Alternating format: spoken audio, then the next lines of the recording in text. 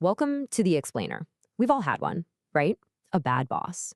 But have you ever really stopped to think about the damage they do?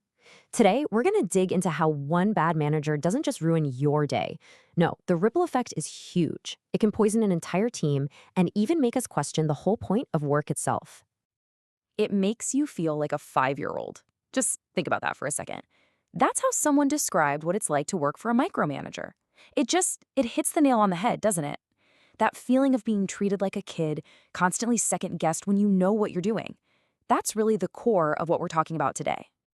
So, where do we even begin with this? Well, to really understand the problem, I think we have to, have a little fun with it first. Let's kick things off with let's call it a satirical masterclass in terrible leadership. And I'm willing to bet some of these rules are going to sound a little too familiar.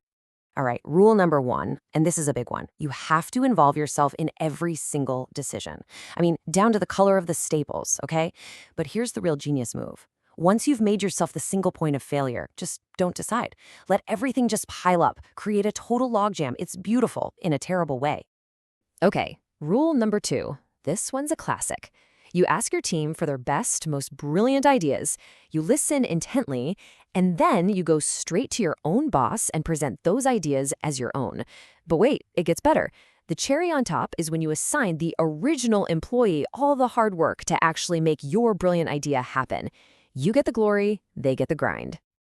And for our grand finale, rule number 3, you have to be completely and totally unpredictable. Keep them on their toes. What you wanted on Monday, hated it by Tuesday. The report you asked for last week, yeah, you don't need that anymore. Why did they waste their time? It's a fantastic way to create a constant state of anxiety and confusion. All right, look, we can joke about this stuff because, let's be honest, it's pretty ridiculous. But the reality is, these aren't just funny quirks. These are real behaviors with seriously destructive consequences. And the damage, it doesn't just hit one person.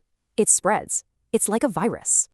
Yeah, that's really the key thing to understand here. One bad apple, one bad boss, can literally dismantle a whole team from the inside out. So let's actually look at the anatomy of how a team breaks down. So management experts have spent a lot of time on this, and they've basically boiled it down to 5 key things, 5 dysfunctions that will absolutely kill a team's effectiveness. But here's the kicker.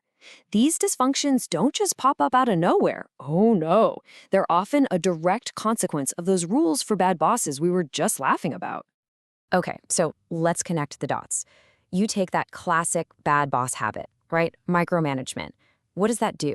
It directly creates the number one dysfunction, a complete and total lack of trust. I mean, if your boss is breathing down your neck every second, what are they really saying? They're saying, I don't trust you to do your job. And trust, well, that's the foundation. Without it, the whole thing crumbles. Or what about the boss who just can't take feedback? You know the type. They get all defensive, maybe even a little punitive if you dare to disagree.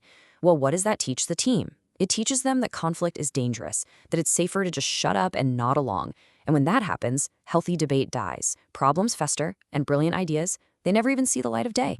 So you see how this spirals, right? A team gets this broken, and it's not just that work is a drag. It starts to feel pointless, even if the work itself should be meaningful. And that leads us to a much bigger and maybe even more uncomfortable question we have to ask. So let's go there. Let's really dig into this idea. What if the root of all this frustration isn't just the person you work for, but the very nature of the job itself? This is an idea that the late anthropologist David Graeber really brought into the spotlight. He coined a very blunt term for it, the bullshit job. And the definition is key. It's not just a bad job.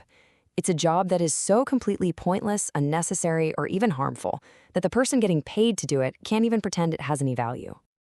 And he actually broke it down into 5 main categories. And I want you to listen to these and see if any of them ring a bell. First, you've got flunkies. Their only purpose is to make someone else look important.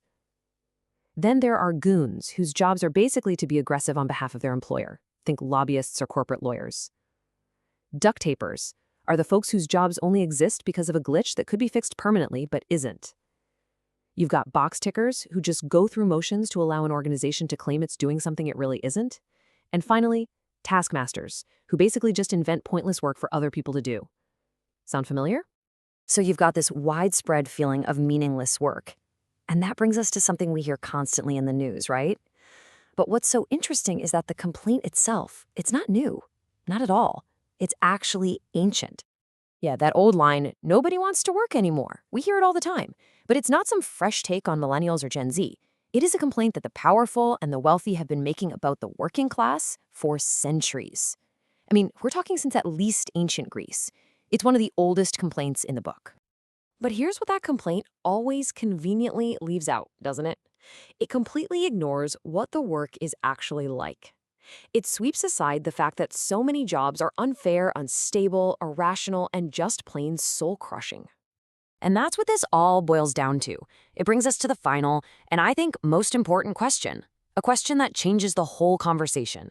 So is it really that nobody wants to work anymore? Or is it that nobody wants to waste their one and only life working a pointless job for a toxic boss in a system that feels broken? Now that is something worth thinking about.